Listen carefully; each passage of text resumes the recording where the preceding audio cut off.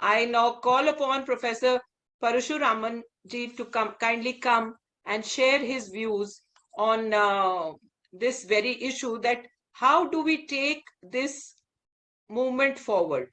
How do we bring some josh, as we say, into this movement? Because we need a lot of consistent efforts, persistent efforts for us to really keep the movement going with a lot of enthusiasm. We are all busy people. We'll have our other assignments and commitments. We all understand. But I think we should make it convenient that at least once in a while we can meet somewhere and discuss, in person, and maybe through online medium that we have, we can take our ideas to the public at large, and also take their inputs and set an agenda in a time bound manner. As Professor Siddegowda said, it should have a time frame, because sometimes things just go on, they linger on and do not come to any conclusion. That can sometimes make the movement weak. So Professor Parashuramanji, I request you to kindly share your views and your valuable inputs in light of their vast experience in the field of social work education. Professor Parashuraman. Yes. Good evening. Namaste. Namaste. And my dear colleagues and student friends, at the outset, let me thank Madam Professor Anjana Shegalji for organizing this online event, and preferably our leader, Professor Siddegowda sir, for being with us and giving his welcome note. And all my colleagues were joined together and making this event a grand success. So friends, so as we know that social work education is having a history of around 87 years in India. And normally whenever we discuss the history, pre-independence, post-independence, particularly for a country like India, so we were very strong even pre-independence, especially the methods what normally we are following today, the community organization. So was extremely heavier on our part. The whole concept of social work was conceptualized from Indian perspective during pre-independence. And later 1936, so institutions were started, and we have taken up the concept from American concept and also from UK point of view. And then we made it as a course and we started. So now we have 87 years of history, and we were another plus with 13 years to make 100 years. So as Ranjana Madam was telling about the Bharatiyakaran movement, Indianization of professional social work started in 2018. So maybe less of around after 82 years of conceptualizing and making it as more professional course. So we thought of having it as a Indian perspective and thinking from Indian perspective. So now the question is that we have conceptualized and we have defined the concept of Indianization, indigenous perspective to Indianization, from Indianization to Bharatiyakaran. So now we have conceptualized it, and we are identifying the indigenous knowledge, and we are practicing from Indian perspective also. So since my worry is that we have the agenda of having the practice profession. Social work is also a practice profession where we teach and we practice. So now we are at two different ends. One is that we are conceptualizing the content based on the indigenous perspective, Indian perspective. And now the thing is that, so there are other practice settings, so who are purely practicing based on the funding organization point of view. So normally NGOs, you know that they run as per the funding organization pattern. And so other setup is that is purely running on public sector point of view. So public sector, purely the government organization, and the development sector, particularly the non-government organization. So who run the format as per the funding organization. So now the question is that if we theorize the concept and if we define the curriculum as per the theory, what we are, the movement, what we are defining. So how we have to rope in this practice organization into the movement. Okay, so that was my worry. So in this context, last time also I presented my views on Indianization of fieldwork, particularly with practice organization. So friends, just let us see that how we can move. So one is the challenge is Indianizing the content. So identifying the indigenous knowledge. As I told you, so pre-independence, we were very strong with the point of community organization and the other methods we normally. So pre-independence, we were limited ourselves with the practice of Indian requirement. So now, once again, we are expected to identify the indigenous knowledge modules.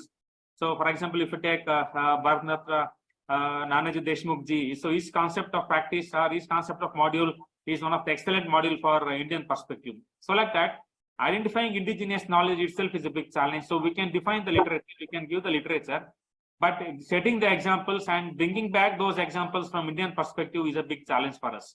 So my request is that our attempts in identifying the indigenous knowledge, bringing out the modules from Indian perspective, and then developing the literature for practice perspective and for also the curriculum perspective.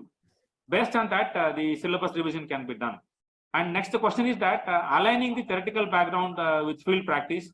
So this is the next challenge what normally we face. So okay, we are done with identifying the indigenous knowledge. We developed the literature by another 2 or 3 years. So presently we will attempt to revise the syllabus, maybe from the allied concept like sociology, psychology, and in the core practice of social work. So we revise the syllabus. Then aligning the theoretical background with the field practice is also a big challenge for us. So then how we are going to align the field organizations, how we are going to bring them back to the concept of Bharatiyakaran, and the students where we are sending them for field work. So how we are making them to understand the concept. So how the agencies we are aligned with them, how we are educating them with the concept of Bharatiyakaran. So how we have to motivate them to identify the Bharatiyakaran concepts in their practices. That's one challenge. As Madam Ranjana Shekhar was mentioning about evidence-based practice, that's also a big challenge for us. So we have to develop and we have to design the evidence-based intervention, particularly for the organizations which are funded by the INGOs or NGOs. And next thing is about once we align, once we request the organizations to identify, so training those NGO personnel is also a big challenge. So as we mentioned about the development efforts on Bharatiyakaran, so we have to thank the MNRG organization of Hyderabad who has sponsored around 10 to 11 projects.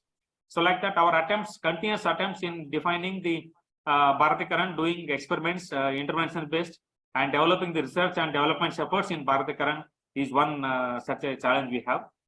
And next thing is about publication, exclusive journals. So we have to thank Professor Vishnu Mohan Das for initiating journals, particularly in Bharatiyakaran. So this is one set of examples. So the other set is that, so we don't have standardized guidelines, practice manuals for social work. So my request to the Bharatiya Samaj Karya Parishad and the all other senior members who are present here, can we have a national manual of social work practice, national manual for the practice guidelines? Because as you know that S.K. Kinduka mentions, social work practice is like the smile of Mona Lisa. Okay, so many things to many people, but at least we have some commonalities like guiding principles, guiding ethics. So we don't have the Indian ethics of social work. Okay, so we are following the NAPSW, IFSW ethics. So from our perspective, so can we define Indian code of ethics for professional social workers? Okay, so how can we set the standards for Bharatiyakaran, particularly in social work education?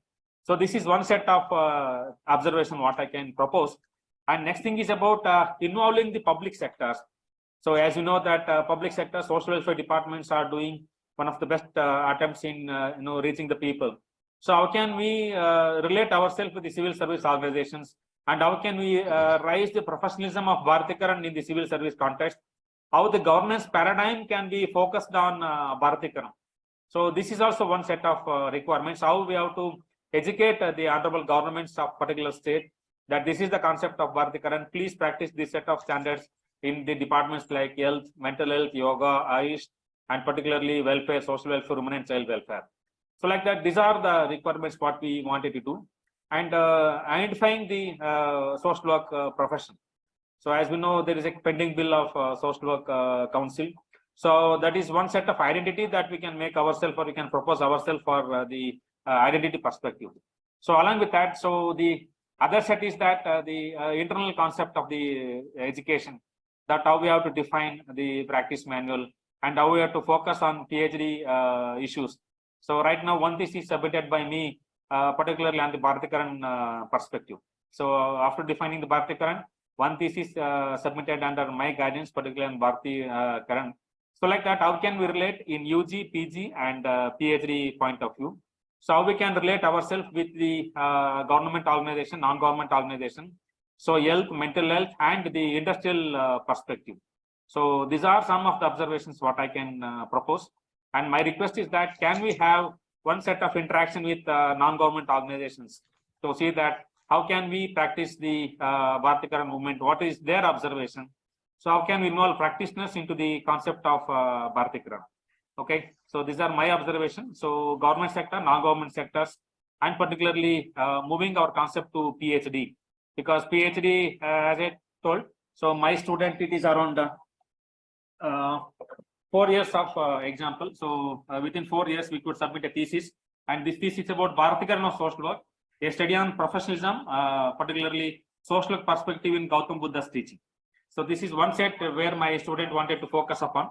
So like that, even we can focus on PhD students, that how they want to relate their thesis from Bharatiyakaran point of view.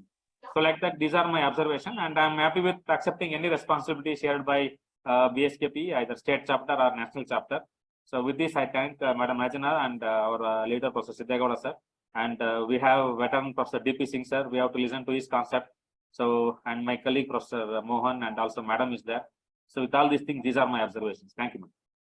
Thank you so much, Professor Parashuraman, for having, in this short span of time, given many points for us to ponder upon. And this idea of yours is also quite good, that there must be an interface between the social workers along with the government and the non-government organizations, because that interface is also, we often see that it is missing. It is not there. And that becomes a kind of a missing link, because these are the people who actually will be the ones who know what are the ground realities and what are the needs on the ground, and how we are going to fill those gaps and needs. I think unless we take their inputs, we will not be able to devise a curriculum which is really contextualized to our needs in Bharat.